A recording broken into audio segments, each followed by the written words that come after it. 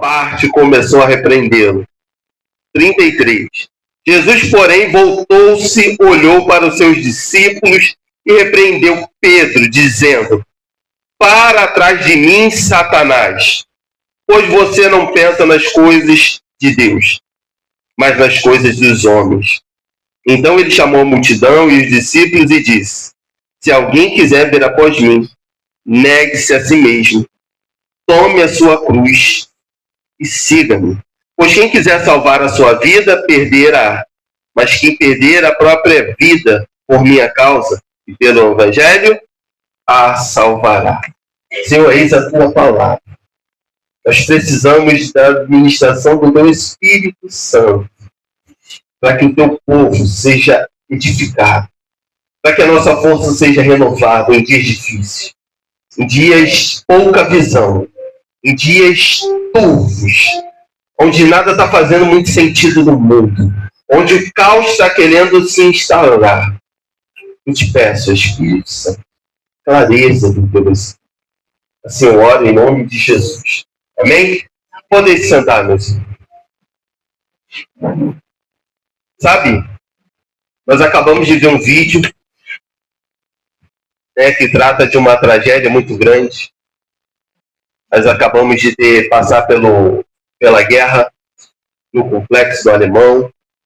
Talvez eu te perguntasse se você teria um drama familiar para relatar, uma porta que se fechou, um diagnóstico que você não esperava. Eu estou com a minha patroa numa situação muito difícil. Eu coloquei aqui na quarta-feira em oração, coloquei lá no Ministério de Intercessão. O marido dela já tinha retirado a próstata no câncer, agora apareceu um câncer mais em torno dos 3 pontos. Então ela mal consegue mexer os membros, porque está com algo nas juntas. O marido com câncer. Então esse é o caso dela. Talvez o seu seja outro, o meu seja outro.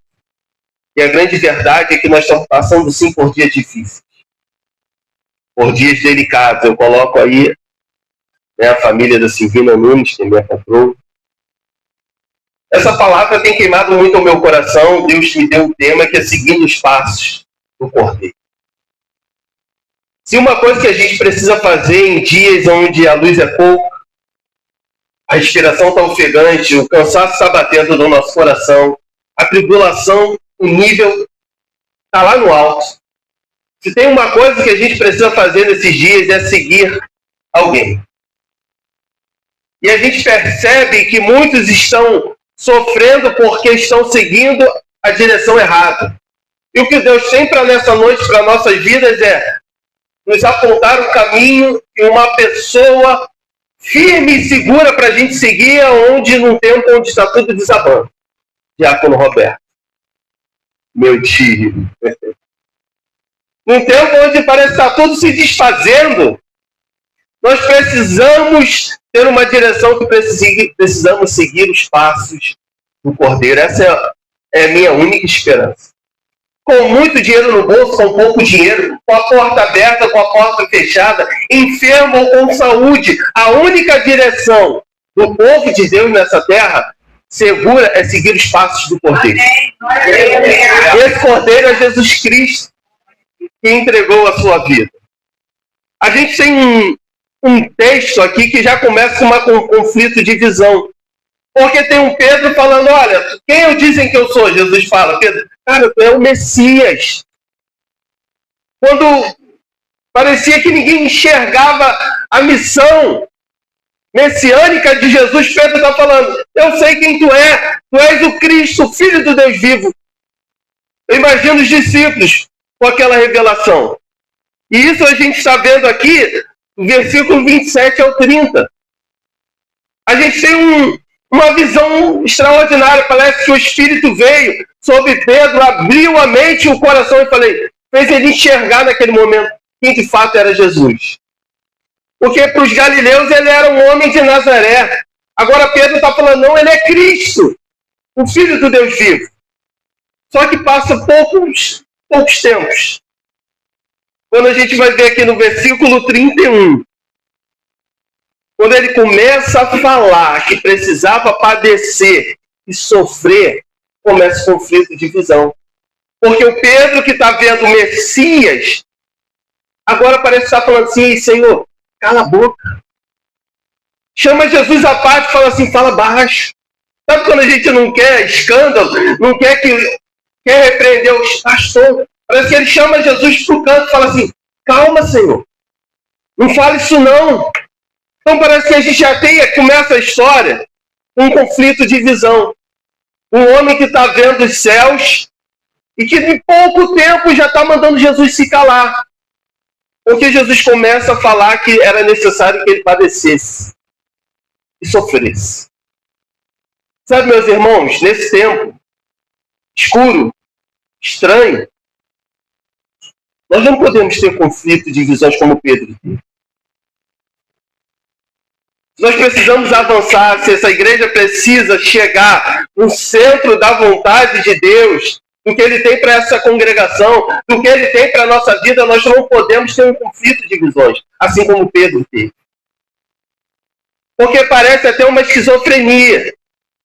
Porque uma hora ele está no manto, outra hora parece que Satanás está agindo na vida dele, porque é isso que Jesus fala. Jesus não manda Pedro embora, não. Ele manda Satanás, mas ele repreende a Pedro. Então, num meio tão difícil, a gente está vendo um Pedro oscilando muito. Uma hora enxergando muito, uma hora querendo muito, uma hora a gente quer muito fazer a obra, uma hora muita gente quer muito sofrer, mas aí vem o sofrimento, vem a dor e a gente se esconde. A gente faz muito igual Elias. Uma hora a gente quer o ministério, uma hora a gente quer chegar no que Deus tem para mim e para você.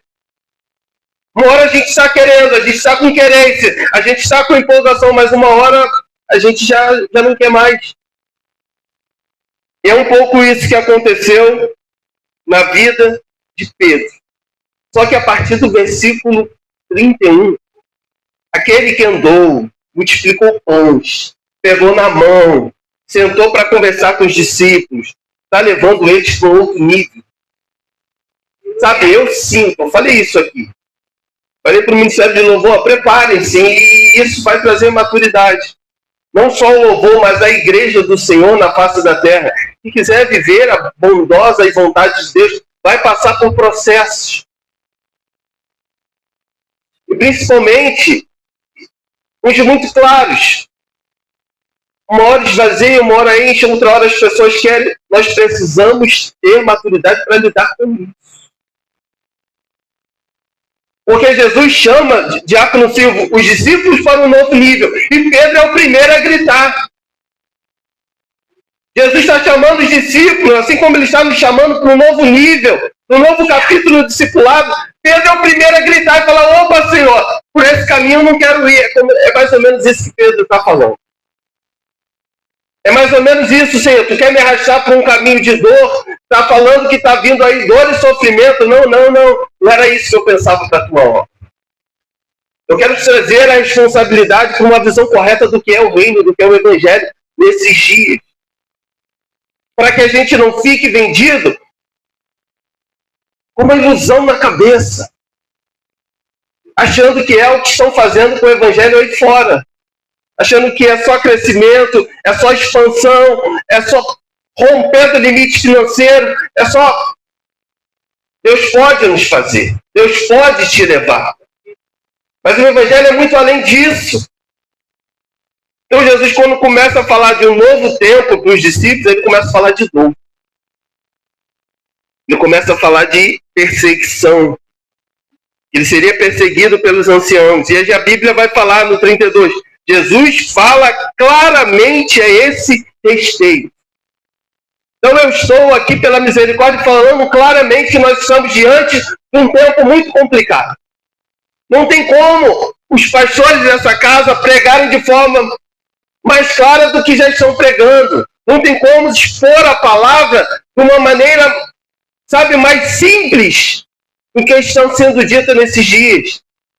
A palavra de hoje é que nós podemos sim experimentar, o Senhor pode sim não nos livrar do sofrimento, mas nos livrar no meio do sofrimento. Mas que ainda assim Ele nos encoraja para a gente permanecer. Então quando Jesus quer trazer eles para de fato com a maturidade, eles gritam. E é assim na minha e na sua vida. Quando Deus quer chamar um líder para um novo tempo, Ele permite que algumas coisas aconteçam no ministério, nos seus liderados. A grande questão é o que vai ser de nós nesse processo. Quando Deus quer fortalecer o homem e a mulher, a crise se instala no meio do casal. Já passei por uma, já venci, tem outras, e é assim a vida do casal. É um inferno? Não, mas o casal passa por processos. E quando é que nós seremos fortalecidos, minha pastora, no casamento? Quando a gente vence. Quando quem está do teu lado, vento balançou e permaneceu. Com pouco, com muito, com nada, e está ali, estamos caminhando. Então Jesus quer trazer os discípulos para a maturidade, mas eles começam a berrar, começam a gritar. E Pedro é o primeiro. Jesus está falando, a gente vai padecer, eu vou ser preso, vou morrer e vou ressuscitar. Sabe, meus queridos visitantes, está muito clara a mensagem para esses dias. É romper, é crescer, é o melhor dessa terra, só que o centro dessa palavra é a morte de Cristo. Tem vitória para o seu povo? Deus tem vitória para o seu povo. Deus pode te dar uma porta de excelência? Deus pode te dar uma porta de excelência. Sabe? Deus pode sustentar num tempo onde a gente que arruma os nossos caos, como Ele tem feito comigo, Ele pode fazer. Mas o centro dessa palavra é Jesus crucificado. É tudo apontando que Ele daria sua própria vida. E quando Jesus quer trazer uma igreja para um novo nível, às vezes Ele vai usar o sofrimento. Quando Ele quer fazer com que o ministério amadureça, com que uma família amadureça, quando quer que um filho amadureça, uma filha amadureça, às vezes Ele pega e usa o caminho do sofrimento e da dor. Quando Ele quer fazer com que uma cidade cresça, para que os relacionamentos melhorem, às vezes, na minha ignorância, no meu pensamento, eu creio, se eu uso o sofrimento, porque tudo é dele. E aí a gente vê Pedro querendo Jesus sem cruz. Assim como a gente quer um evangelho sem dor. Como a gente quer uma caminhada numa igreja sem atrito uns com os outros. A gente acha que, às vezes, cria uma situação na mente de que aqui todo mundo tem asinhas e auréola de anjo e aqui a gente não vai sofrer nunca. Nós precisamos ter uma visão realista e apaixonada. Realista de que, assim, o Anderson pode me fazer sofrer. E eu posso fazer sofrer o Rafael. Mas Deus pode agir com perdão entre a gente e restaurar e melhorar aquilo que estávamos vivendo juntos. Essa é uma visão realista. De que você sofre lá na tua casa, casamento não é fácil, mas de que Deus restaura. E aí pega fogo, e aí Deus dá um novo tempo para o casal. Isso é vida, com realidade. Então Pedro quer Jesus. Aí chama ele a parte e fala assim, ó, eu te quero, Senhor. Vai liderar Israel, mas olha, esquece esse negócio de cruz. Tu não veio sofrer, não. Nós não viemos aqui para sofrer, viemos aqui para quebrar o Império Romano. É isso que Pedro está dizendo. Agora, se o nosso rei não tivesse coroa de espinho, onde é que nós estaríamos agora? Então faz parte, sabe? O que está acontecendo lá no Paraná, infelizmente, faz parte dessa terra. Faz parte dos processos que temos que viver. Faz parte. Então nós temos um Jesus que abraça. Você pode procurar em todas as histórias dos deuses, dos gregos, pode pegar a história do candomblé, que mistura a questão do catolicismo com o indígena, com a questão africana, pode pegar o Umbanda, pode pegar o budismo. A religião que mais vai ter o seu Deus que ama o sofrimento de verdade está no cristianismo. Porque nós vemos muito claro em si Jesus que ele abraça a sua cruz. É um Deus que veio não somente para mandar, mas fazer menor do que os anjos. Então a gente tem um Deus que abraça a sua própria cruz. Se eu te pedisse para falar assim, poxa, presbítero Leonardo, aonde foi que Pedro tropeçou que eu não posso tropeçar? Aqui, ó, Isaías 53. Quem creu na nossa mensagem é a quem foi revelado o braço do Senhor. Ele cresceu diante dele como um broto tenro. E como a raiz de uma terra seca, olha onde Pedro tropeçou. Ele não tinha nenhuma beleza e majestade que nos atraísse. Nada havia na sua aparência para o que desejássemos. Foi desprezado e rejeitado pelos homens. Um homem de dores e experimentado no sofrimento, como alguém de quem os homens escondem o rosto. Foi desprezado e não tínhamos em estima. Mas certamente ele tomou sobre si as nossas enfermidades. Sobre si levou as nossas doenças. Pedro cai aqui. E você não podemos. A gente tem que olhar para Pedro aqui e falar assim, poxa, a pedra que Pedro tropeçou foi na humanidade de Jesus. A igreja não pode cair na humanidade de Jesus, porque foi ela que nos resgatou. Que levanta a igreja, sabe, em primeiro lugar foi a humanidade, foram as pancadas, foram o sangue, foram as feridas. E Pedro está caindo onde não pode cair.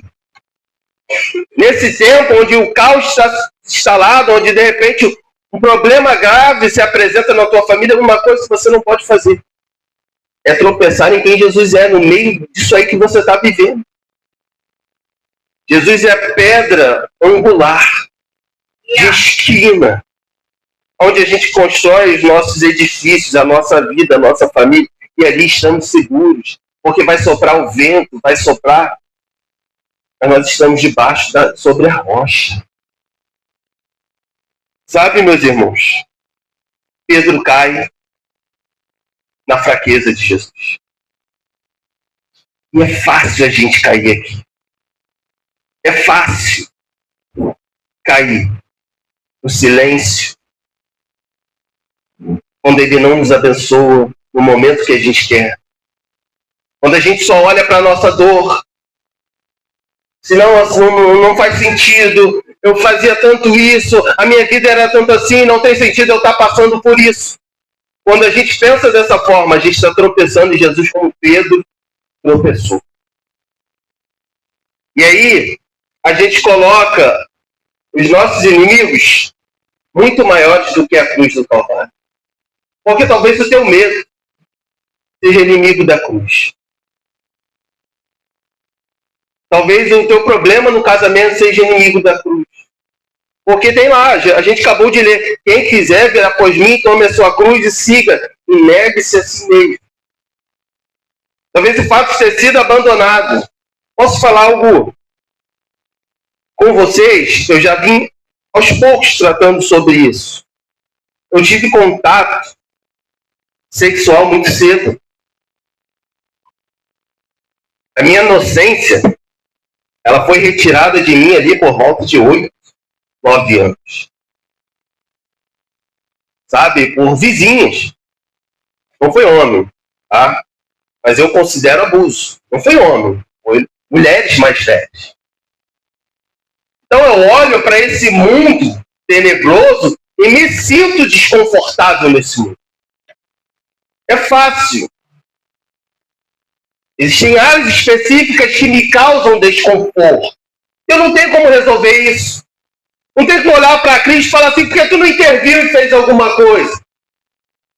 Não tem como. Sabe, mas hoje eu consigo olhar para isso com muita sobriedade, entender que eu posso pegar a minha dor, fazer outros sofrerem com ela, ou eu posso pegar a minha dor para construir coisas boas na vida de outras pessoas. É isso que é entender o caminho do Cordeiro. Entender hoje, maduro em Cristo, que Ele é o Deus da minha vida e me ama. Poderia ter me livrado, não livrou. E está tudo bem, porque tinha propósito sobre isso. Maduro hoje, na minha dor, eu entendo que Ele, na sua dor, você precisa entender que Ele não é culpado da sua dor. Não foi Ele quem te fez mal. Não foi ela quem te fez mal. Ele é teu Deus. Resposta para quê? Por que Ele não te livrou dessa dor? Sei lá, de ter sido abandonado ou ter sido agredido. Não tenho. Como seguidor do Cordeiro, não tenho essa resposta para você. Queria ter, para trazer paz ao seu coraçãozinho, mas não tenho. Mas quando eu olho para Isaías, eu não posso, o tamanho amor que Ele dá a mim, cair onde Pedro caiu. Aonde Cristo está falando que seria ferido. Pedro cai quando Jesus fala que seria ferido. Você não pode cair aí, porque quando for ferido. Porque se Ele foi amarrotado, o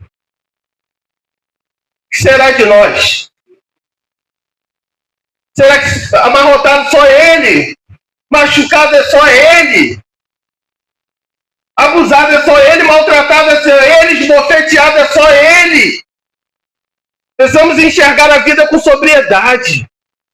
Entender que Ele, uma hora ou outra, é possível que o sofrimento bata na nossa porta. É possível. Por misericórdia, Ele já te livrou de muitos, Ele já me livrou de muitos, mas tem outros que Ele permitiu. Os porquês a gente não entende hoje. Hoje. Pedro queria um Jesus ileso, sem corte, sem sangue, sem machucado. E às vezes a gente quer uma caminhada cristã assim, sem arranhão, sem frustração, sem esvaziamento. Você quer uma caminhada cheia de gente abarrotada. E às vezes o Senhor está me chamando para o processo mesmo. É chorar junto, é se alegrar junto, é caminhar, é ordem para marchar. Sabe? Meu Senhor foi machucado. Se eu sou seguidor desse Cordeiro, ainda que seja ferido. Tem uma música que fala: toda dor é por enquanto. Uma dor é para sempre. Sabe, eu quero te encorajar a olhar para as suas guerras e tirar o teu eu. Sabe, uma coisa que Jesus fez, meu pastor, Ele tirou o seu eu do centro. Quem estava no centro era eu e você. Mas Ele te colocar no centro da obra que Ele tinha que fazer, eu trouxe até uma cruz. Mas se Ele não faz isso, a gente estava aí num abismo, engolido pelas chamas de fogo ardente. Porque todos pecaram. Que bom que Ele não olhou só para si. Ele não olhou para si. Essa é que é a verdade. E como Deus, na sua posição, se Ele olha para o seu reino, fazia sentido não apanhar por um punhado de gente que às vezes está nem aí para Ele. Sabe, meus irmãos? E aí a gente acha às vezes que desemprego é a cruz, é o marido, são as situações. Sabe, a cruz é negar a si mesmo, é negar o eu. Coloque esse fardo no teu neto, na tua neta, no marido, na esposa. Faz isso não.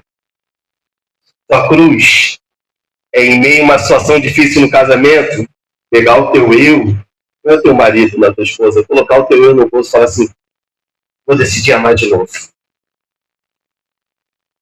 Sabe, é caminhar com pouco dinheiro, tudo ruim, as pessoas roubando, parece que todo mundo que faz de errado cresce nessa terra e você fala assim: eu comi um pouquinho, eu vou continuar fazendo o que é certo.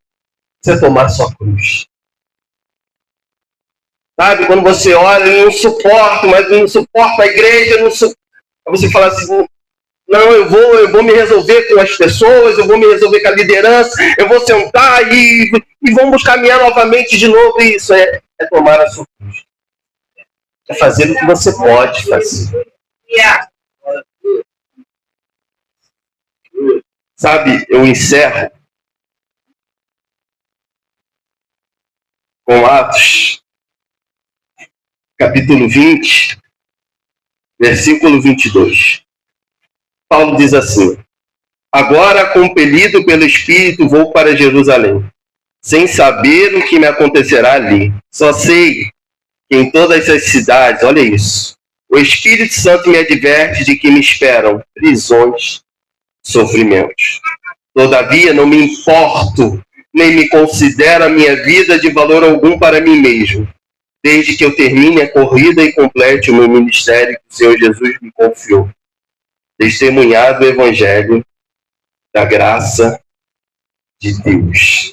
Todavia, não me importo, nem considero a minha vida de valor algum para mim mesmo. Seguidor do Cordeiro. Possamos ter esse mesmo sentimento.